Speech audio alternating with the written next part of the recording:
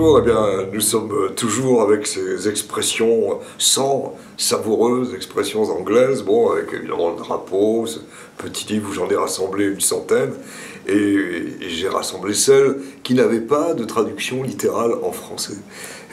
Et parmi celles-ci, il y a par exemple « To be on the cloud 9 ».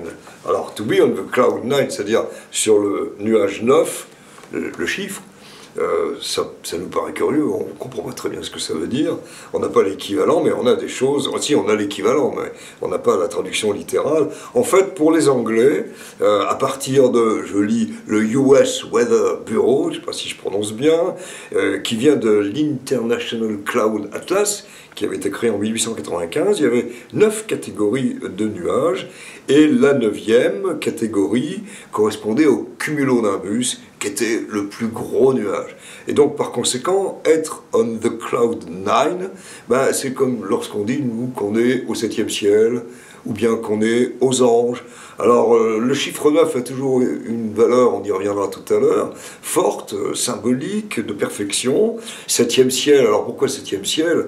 Nous, on a préféré cette image, qui est belle aussi. C'est parce que pour les anciens, il y avait, avant d'arriver jusqu'à la sphère céleste, ben, il y avait 7 en quelque sorte globe, et le 7e était celui qui était le plus près du ciel, donc c'était être vraiment très heureux. On a dit après être heureux comme un pape, transporté de joie, et puis la plus belle peut-être, qui est très simple, être sur un petit nuage, donc ça manque pas de charme.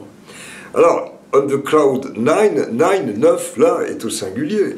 Mais les Anglais le mettent aussi au pluriel. Nous, c'est difficile, les 9, bon, on pourrait le mettre, mais enfin, en tout cas, pas d'S.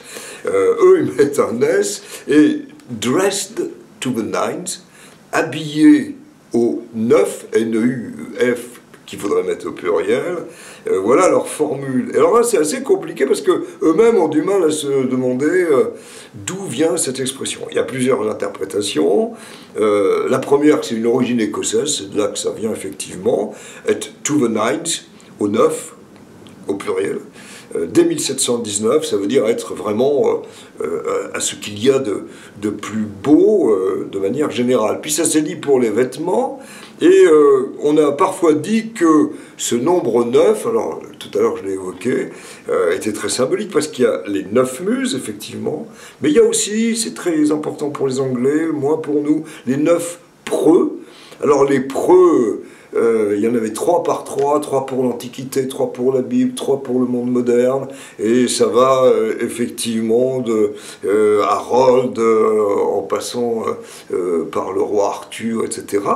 Et on se retrouve avec aussi une autre interprétation qui correspond aux 9 yards, une mesure de tissu pour faire un beau vêtement. On pense que ça, c'est assez faux. On avait évoqué le 99e régiment de Lanarkshire, un jeu de quilles aussi où le chiffre 9 avait son rôle important. Et on a même dit, et là c'est totalement faux, que c'était une déformation du mot neuf, des vêtements neufs en français.